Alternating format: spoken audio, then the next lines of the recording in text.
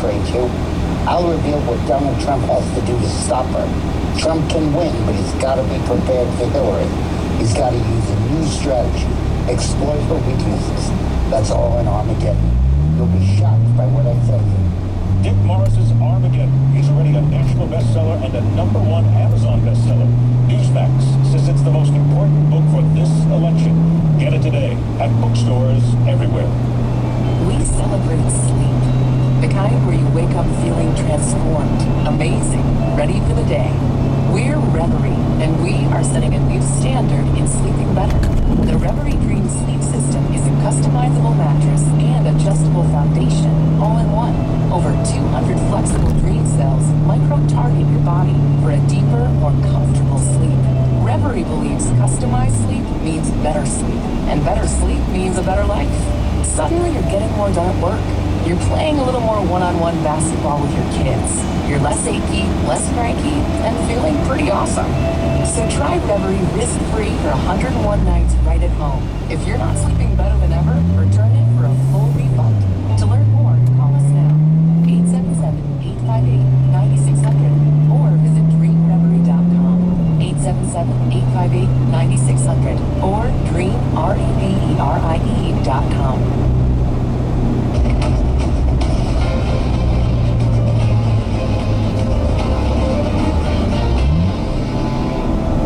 Finally tonight, security has been tight around this convention in Cleveland, as Mike Tobin reported earlier. The Secret Service, the FBI, hundreds of Cleveland police officers and officers from around the country have many tactics they can employ here if things get out of hand, but none may be sweeter than this. Meet Reagan, 8-year-old Dachshund named after our 40th president. He is providing a little extra security at the Hofbrau House, Cleveland restaurant, fit with his own custom security vest. Reagan's owner says he's more barking than bite, and says it's still doggone nice to have his four-legged friend employed alongside him for this week's convention. They told me to let dog stories. Thanks for letting us into your homes tonight. That's it for this Metro Report. Fair, balanced, and unafraid. Tomorrow we'll be in Philadelphia, preparing for the Democratic convention. And don't forget, tonight, America's election headquarters, complete coverage of the Republican National Convention, 10 p.m. Eastern Time. But right now, Greta goes on the record.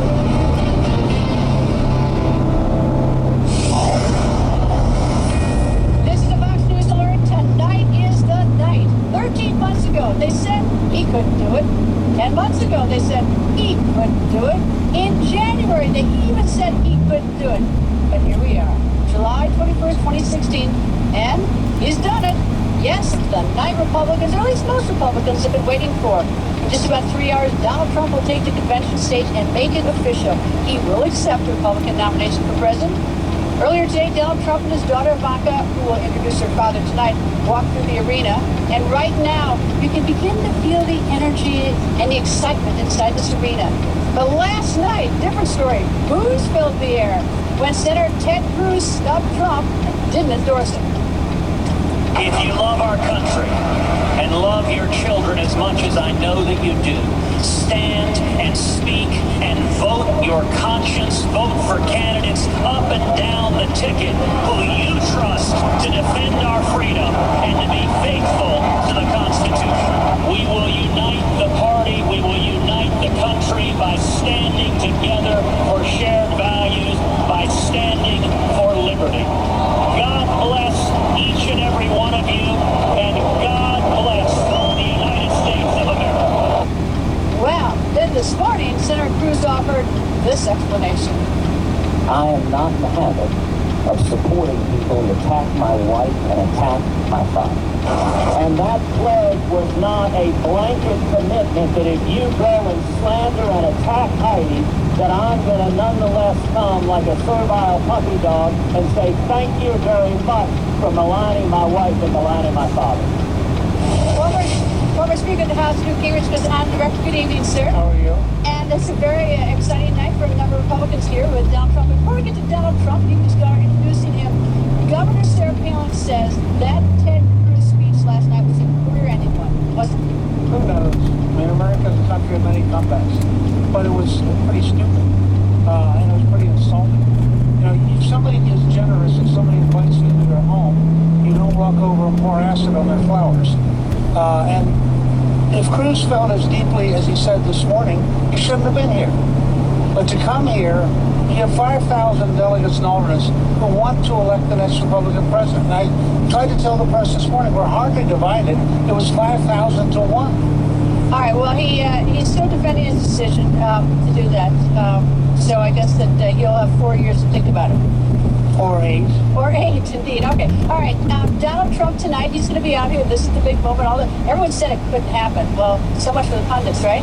Right. I mean, all the people who think they know what's going to happen this November didn't know what was going to happen in this nomination. So I don't pay any of them any attention. The women vote is a big chunk of the vote. It's about 50% of the vote. He has had a little bit of a rough ride, to put it lightly, when it comes to women. And Secretary of State Hillary Clinton has a commanding lead with women. He's got to get more of the women vote. How does he do that? And does he begin tonight? Well, I think he began a little bit Monday night with Melania. I think he began tonight with Ivanka. He does another step. I think that his own speech has to communicate a commitment and a vision that people are attracted to, whether they're men or women. And I think that he also, but over the next couple of months, there are a lot of, if you look at the various polling data, something like 72% of independent women think Hillary Clinton's a liar.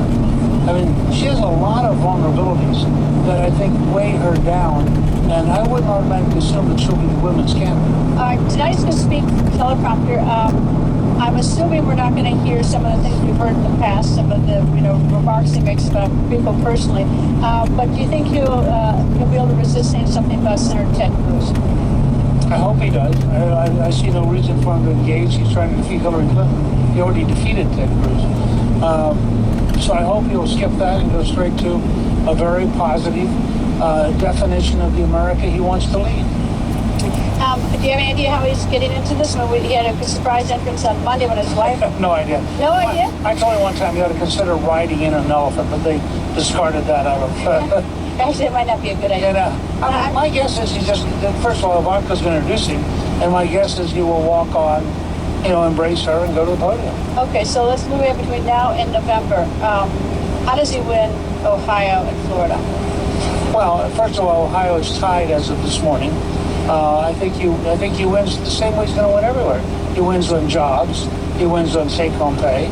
He wins on affordable health care. He wins on safety.